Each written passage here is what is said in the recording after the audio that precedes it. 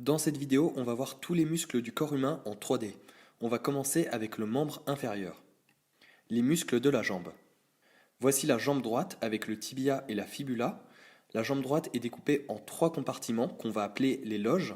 Donc on a 3 loges, la loge antérieure, la loge latérale et la loge postérieure qui a un plan profond et un plan superficiel.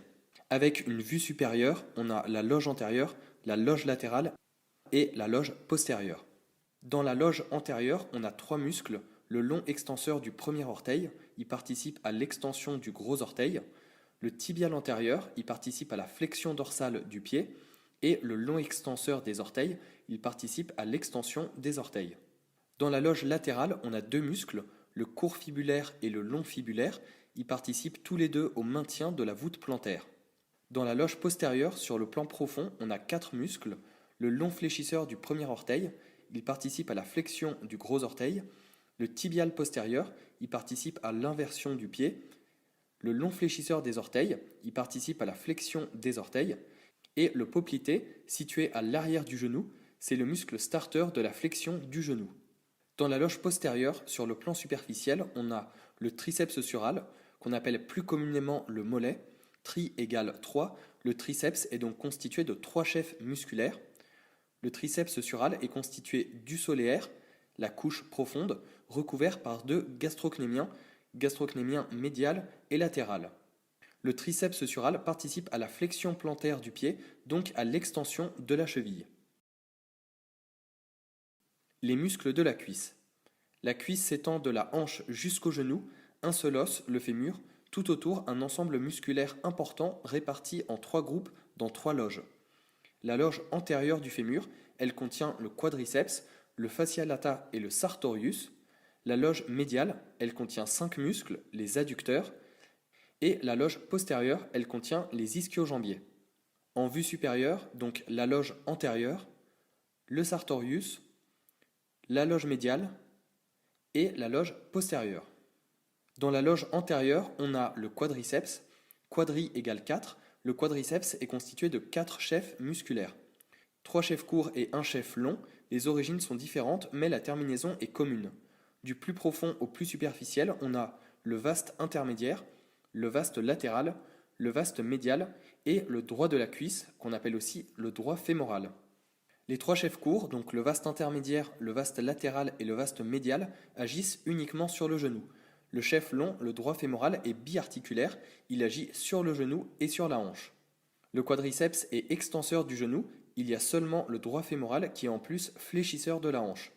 Le sartorius, il est fléchisseur de la hanche et participe aussi à la flexion et à la rotation externe de la hanche. Et le tenseur du fascia lata, il est abducteur de la hanche et rotateur médial de la cuisse. Dans la loge médiale, on a les adducteurs. Ils sont 5. On a le petit adducteur, le long adducteur, le pectiné, le grand adducteur et le gracile. Les adducteurs se contractent lors de mouvements avec résistance ou rapides avec force. Ils participent à l'adduction de la hanche. Dans la loge postérieure, on a les ischio-jambiers. Les ischio-jambiers sont constitués de 3 muscles. Le biceps fémoral, bi égale 2. Le biceps fémoral est constitué de 2 chefs musculaires, un chef long et un chef court. Le semi-membraneux et le semi-tendineux. Les ischio-jambiers participent tous à la flexion du genou. Ils participent à l'extension de la hanche, tous sauf le chef court du biceps fémoral. Le biceps fémoral participe également à la rotation externe du genou et le semi-tendineux et le semi-membraneux à la rotation interne du genou. Les muscles de la hanche. On a les muscles pelvitrochantériens qui sont en dessous des muscles fessiers. Ils sont au nombre de 6. Le carré fémoral, l'obturateur externe, l'obturateur interne, le piriforme, le jumeau supérieur et le jumeau inférieur. Ce sont tous des muscles profonds, ils vont renforcer les muscles de la hanche, ils sont petits et courts. Ce sont des muscles périarticulaires, ils se trouvent autour d'une articulation pour la renforcer. Ils participent à la rotation externe du fémur et de la hanche. Ensuite, au niveau de la hanche, on a 3 muscles fessiers, qu'on appelle aussi les muscles glutéaux. Du plus profond au plus superficiel, on a le petit fessier, qui est fléchisseur de la hanche, mais il accompagne les mouvements du moyen fessier. Le moyen fessier, c'est le principal abducteur de la hanche, et il a un rôle au niveau de la stabilisation du bassin.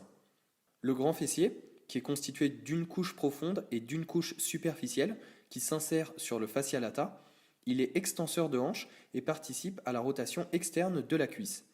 Et plus à l'avant, le muscle tenseur du fascia lata. Psoas et muscles du tronc. On va voir le psoas et 4 muscles du tronc, le périnée, le diaphragme et les muscles intercostaux. En premier, le muscle iliopsoas, qui est constitué en réalité de 2 muscles, l'iliaque et le grand psoas. L'iliopsoas est le principal fléchisseur de hanche. Le périnée y ferme l'orifice inférieur du bassin, qu'on appelle aussi le plancher pelvien. Le périnée supporte le poids des viscères. Il est utile lors de la miction, le fait d'uriner et de la défécation. Il se contracte lors des rapports sexuels. À présent, le diaphragme. Le diaphragme est un muscle profond qui sépare la cage thoracique de l'abdomen. Il joue un rôle majeur dans la respiration. Il se contracte lors de l'inspiration et se relâche lors de l'expiration. Les muscles intercostaux, ils sont situés entre les côtes, ils résistent aux pressions intrathoraciques et ont un rôle secondaire dans la respiration. Les muscles du tronc. Sur la face antérieure du tronc, on a les muscles abdominaux. La paroi abdominale est constituée de 5 muscles abdominaux. On a le carré des lombes, le plus profond, il est stabilisateur du tronc. Le transverse, il se contracte quand on rentre le ventre, donc il a un rôle important dans les mouvements respiratoires. Le droit de l'abdomen, le fameux six-pack ou les tablettes de chocolat, il est fléchisseur du tronc. L'oblique interne et l'oblique externe. Les obliques sont rotateurs du tronc et se contractent aussi lors de l'inclinaison du tronc. Et sur la face postérieure, on a les muscles postérieurs du tronc.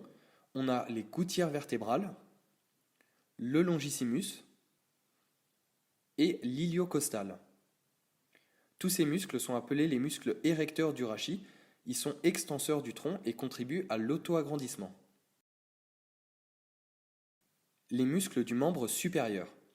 Les muscles du membre supérieur sont divisés en 3 groupes, les muscles antérieurs, les muscles postérieurs et les muscles latéraux. Il y a 4 muscles antérieurs, 10 muscles postérieurs et 2 muscles latéraux. Les muscles antérieurs, sur le plan profond, on a 3 muscles, le dentelé antérieur, le subclavier et le petit pectoral. Le dentelé antérieur, il est stabilisateur de la scapula. C'est le muscle du boxeur, il est contracté lors de chaque coup de poing. Le subclavier, il abaisse la clavicule et soulève la première côte lors de l'inspiration. Et le petit pectoral, il bascule la scapula en avant ou il soulève les côtes. Les muscles antérieurs, sur le plan superficiel, on a un seul muscle, le grand pectoral. Il fait l'adduction, la rotation médiale et l'antépulsion du bras. Les muscles postérieurs, 10 au total, on a la coiffe des rotateurs, qui sont au nombre de 4, le muscle élévateur de la scapula, le petit rhomboïde, le grand rhomboïde, le trapèze, le grand rond et le grand dorsal. La coiffe des rotateurs est constituée de 4 muscles, le subscapulaire, le supraépineux, l'infraépineux et le petit rond. Ils viennent renforcer et stabiliser l'articulation de l'épaule. Le subscapulaire est rotateur médial de l'humérus, le supraépineux est abducteur du bras, l'infraépineux et le petit rond participent à la rotation latérale de l'humérus. Le muscle élévateur de la scapula, donc comme son nom l'indique, il est élévateur de la scapula, mais il participe aussi à la rotation, l'inclinaison et l'extension de la tête. Le petit rhomboïde et le grand rhomboïde, ils sont fixateurs, adducteurs et élévateurs de la scapula. Les rhomboïdes sont recouverts par le trapèze. Le trapèze est constitué de 3 faisceaux.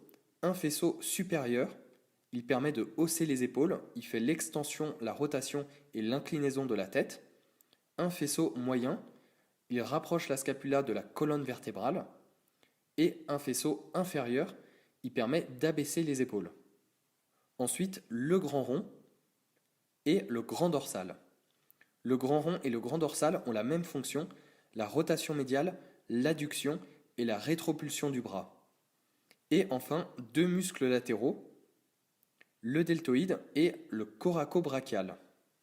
Le deltoïde, c'est le plus superficiel, il est constitué de 3 faisceaux. Le faisceau antérieur, il permet l'antépulsion et la rotation médiale du bras. Le faisceau moyen, il fait l'abduction du bras. Et le faisceau postérieur, il permet la rétropulsion et une légère rotation latérale du bras. Et le coracobrachial participe à l'adduction et à l'antépulsion du bras. Les muscles du bras. Les muscles du bras sont contenus dans deux loges, une loge antérieure et une loge postérieure. La loge antérieure contient deux muscles, le brachial antérieur qui est monoarticulaire sur le plan profond et le biceps brachial, le plus superficiel, il a deux chefs qui sont biarticulaires. Ces deux muscles permettent la flexion du coude et le biceps brachial permet en plus la supination du coude. La loge postérieure contient le triceps brachial, il est constitué de trois chefs, le chef médial, le chef latéral et le chef long. Le triceps brachial est l'extenseur principal du bras, donc il permet l'extension du coude. Les muscles de l'avant-bras. Les muscles de l'avant-bras sont répartis en trois loges. La loge antérieure contient les muscles fléchisseurs du poignet et des doigts. La loge latérale contient des muscles extenseurs et supinateurs. Et la loge postérieure contient des muscles extenseurs du poignet et des doigts. Les muscles du cou. Les muscles du cou, on va en voir deux, le sternocleidomastoïdien et le scalène. Ces deux muscles permettent la rotation, l'extension et l'inclinaison de la tête. Cette vidéo m'a demandé un énorme travail de recherche et de synthèse, donc si tu veux me soutenir et pas rater les prochaines vidéos, c'est toujours gratuit, tu peux liker, commenter, partager la vidéo, t'abonner et activer la cloche. On se voit très vite dans une prochaine vidéo et moi je vous dis ciao. Encore un texte sorti l'enfer comme si je m'appelais Belzébuth. Mec c'est sûr, je les baisse dur, tes freestylers, je les éduque. Chacune de mes punch, je vous défigure, j'ai capté le truc, je vais viser le but. Tête de rappeur dans le réticule, je les destitue, j'ai le 16 qui tue. Wow.